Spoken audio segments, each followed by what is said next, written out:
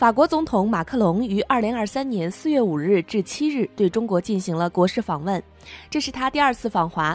在这3天的行程中，马克龙与中国领导人举行了会谈，见证了多项双边合作文件的签署，并带领一个超豪华的商务代表团与中国企业达成了多项重大交易。法国总统马克龙此次访华可谓收获颇丰，中国各企业也赚得盆满钵满。本期影片，小编就为大家做一个详细盘点，看看中法企业间都达成了哪些重磅合作。大家好，欢迎来到星球热点，国家大事从不缺席，舆论场中抽丝剥茧，聚焦独家中国资讯。点赞加关注，带你用不一样的视角读懂中国故事。4月5日至7日，法国总统马克龙应邀对中国进行国事访问。随行访问中国的还包括空中客车公司、法国电力集团、LVMH、欧莱雅集团等诸多法国知名企业的约60名企业高管和负责人。据报道，马克龙访华期间签署的订单总价值超过400亿美元，涉及农业、食品、科技、航空、民用核能、可持续发展、文化等领域。其中最引人注目的就是航空领域。4月6日，欧洲飞机制造商空中客车宣布与中国航空业合作伙伴签署新的合作协议，其中与中国航空器材集团有限公司签署了160架空中客车民用飞机的批量采购协议，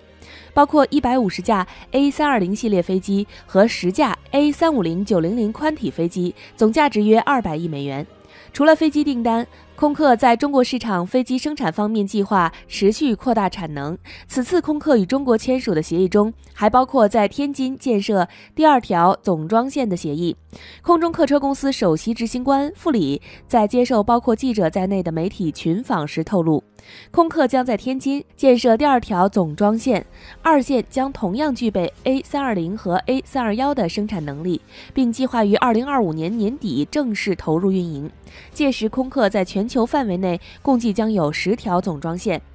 据悉，空客公司进入中国市场已有近40年的历史，随着亚太地区增长势头持续强劲，空中客车在中国的布局也在快速扩张。在中国的投资方面，覆盖包括生产、采购以及整个供应链。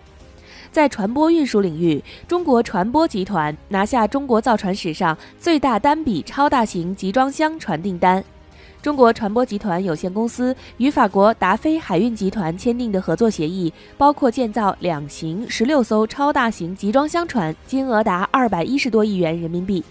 据悉，此次订单包括12艘15000 TEU 甲醇双燃料动力大型集装箱船和4艘23000 TEU 液化天然气双燃料动力超大型集装箱船。这些船舶采用了绿色低碳的新能源技术，能够实现全航程净零排放，同时具有高效节能的设计优势，满足了全球最严格的排放要求。这也是中国船舶集团首次批量承接甲醇燃料动力箱船订单，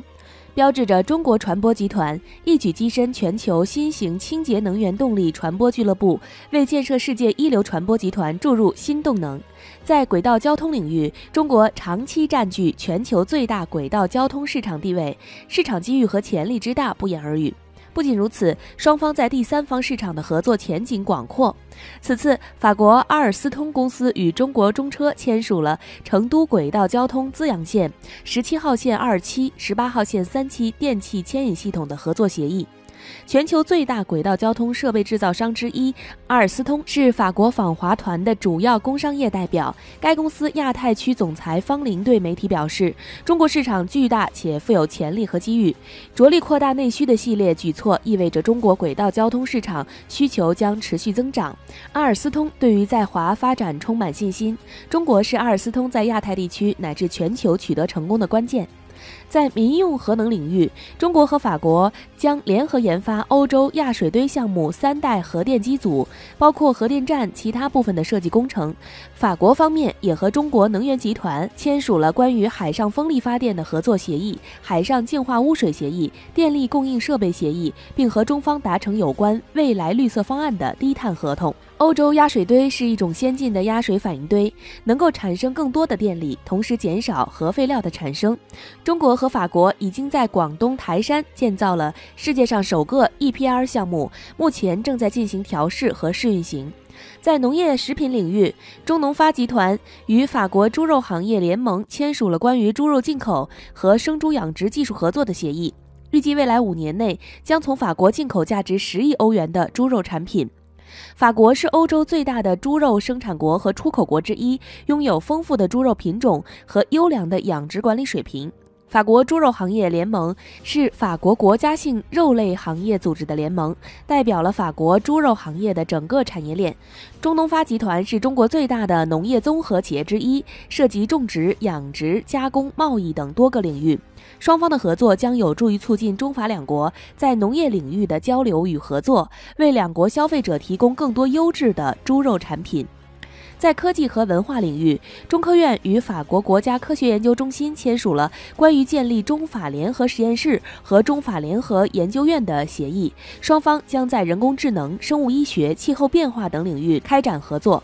中央美术学院与巴黎高等美术学院签署了关于建立中法艺术教育联盟的协议，双方将共同培养艺术人才和推动艺术交流。在消费领域，欧莱雅与阿里巴巴签署了为期3年的战略合作协议，共同打造行业首个美妆数字化循环经济模式，聚焦绿色低碳新标准、新产品、新消费理念，打造可衡量、易实现的循环经济解决方案。法国总统马克龙是在4月5日下午抵达的北京。当天晚上，首都国际机场还迎来另外一位欧洲客人，欧盟委员会主席冯德莱恩。生意归生意，发展归发展，两个西方政要此次携手出访中国，或多或少还有政治上的考虑、利益上的博弈，甚至是战略上的较量。马克龙邀请冯德莱恩，冯德莱恩接受邀请，一同出访中国，各自都有各自的目的。法国是为了提升自身在欧洲的形象和领导地位，欧盟则是想通过法国告诉全世界，特别是美国，手不要伸得太长，欧洲不想受美国影响太多。可以说，本次马克龙携手冯德莱恩访华，一定意义上代表了整个欧洲，对于欧洲来说是一次具有重大政治意义和价值的风向标事件。当前俄罗斯和乌克兰还在家门口打仗，而且一时半会儿停不了，对于整个欧洲来说显然是巨大的利空。他们希望中国能够发挥战略关键作用，调停缓和俄乌危机。毕竟从长远来看，打仗对任何国家都不是什么好事，包括美国。中欧是2大文明、2大市场、2大力量，中欧开展交往完全是基于彼此战略利益独立做出的选择。中欧关系不针对、不依附，也不受制于第三方。外交部部长秦刚在今年全国两会答中外记者问上，已经明确表达了中国对欧洲的态度：和则两利，斗则两败，摒弃零和思维，携手同行，互利互赢。相信对任何国家而言都是好处大于坏处，欧洲诸国也不例外。1964年1月27日，中法正式建交。在建交前夕，中国是比较落后贫穷的国家，在西方人眼里，中国更是共产主义红色的代名词。然而，戴高乐将军认为中国是古老的国家，历史悠久，人民吃苦耐劳，中国共产党领导有方，中国必将强大，并将在21世纪人类发展中发挥重要作用。历史之巨轮滚滚向前，只有顺应时势，在不确定中寻找确定性，才能立于不败之地。马克龙携手冯德莱恩，欧洲大国元首联袂欧盟首脑来访中国，不也是通过合作的确定性应对未来发展的不确定性吗？这次外交活动也体现出了法方和欧盟的远见和格局。新加坡总理李显龙、马来西亚总理安瓦尔、西班牙首相桑切斯、日本外相林芳正刚刚结束访华之旅，欧洲的客人正在畅谈合作，外国政要访华名单越拉越长。毫无疑问，中国外交已经按下加速键，吹响集结号。今天的中国是紧密联系世界的中国，中国的发展离不开世界，世界的繁荣也需要中国。好了，今天的内容到这里就结束了。如果你喜欢小编的影片，还请大家多多点赞转发，让更多的人一起见证中国进步。